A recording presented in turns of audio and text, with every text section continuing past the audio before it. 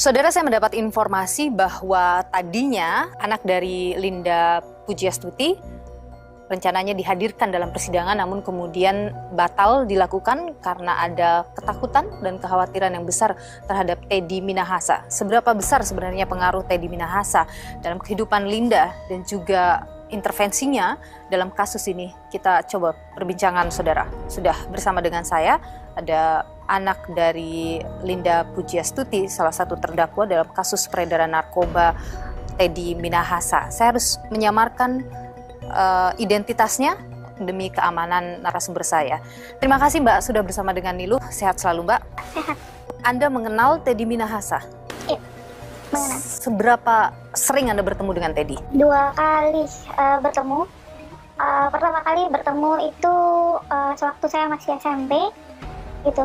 Yang kedua itu di tahun 2020. Waktu pertemuan pertama, waktu masih SMP itu dalam konteks apa pertemuan itu? Saya bertemu pada saat saya baru pulang sekolah. Itu terus ketemu beliau gitu. Di rumah? Iya, ketemu. Artinya Teddy Minahasa biasa ke rumah ya? Ya. Dan sosok Teddy ini di mata Anda tuh seperti apa sih? Menakutkan sih buat saya. Kenapa? Emosional. Emosional. Anda pernah dimarahi? Iya, pernah.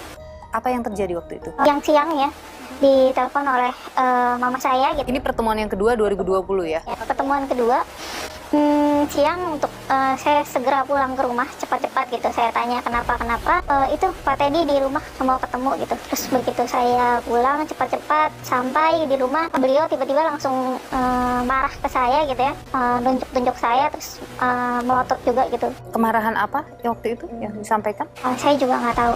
Apa yang ucapan yang keluar dari Teddy Minahasa waktu itu ke Anda?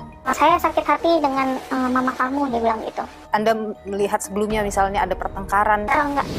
Setelah merasa dibohongin habis-habisan, saya paksa ambil handphone yang bersangkutan, saya pertontonkan di depan anaknya, saya ke rumahnya. Kebohongan orang tuamu. Saya tidak marah, tapi yang bersangkutan minta maaf, saya anggap selesai. Sejak saat itu tidak ada komunikasi lagi. Selain 2 pertemuan itu, apakah Teddy memang sering juga ke rumah? Enggak ada. Cuma 2 pertemuan itu yang ke rumah. Tapi ibu memang sering pergi ya dari rumah lama gitu, dalam waktu lama? Iya. Oke. Dan itu biasanya selalu bersama Teddy atau bagaimana? Kalau yang kemarin-kemarin iya, tapi selain itu enggak. Ibu pernah bercerita soal seperti apa hubungannya Teddy dengan ibu? Saya nggak tahu. Saya pernah diceritakan. Jadi nggak tahu juga apa yang terjadi antara Teddy dan juga ibu Anda? Tidak. Oke, ketika di persidangan kemudian Linda, ibu Anda ini mengungkap banyak hal yang mengejutkan publik. Itu mengejutkan Anda juga? Iya, betul. Apa yang terpikir dari Anda ketika mendengar yang muncul dari ibu? Kaget pasti, karena biasanya mama itu selalu cerita apapun saya gitu ya. Tapi ini dia nggak pernah cerita gitu. Biasanya ibu cerita soal apa saja ke Anda? Dia kerjanya seperti apa gitu ya, ngapain gitu. Seperti itu sih. Tapi soal hubungan dengan Pak Teddy itu dia nggak cerita sama sekali. Sepengetahuan Anda, ibu itu apa sih bekerjanya? Setahu saya dia tuh sebagai informan ya, untuk yang polisi seperti itu. Sempat menyebut ya ibu, misalnya ibu juga bekerja untuk Pak Teddy begitu? Nggak menyebutkan.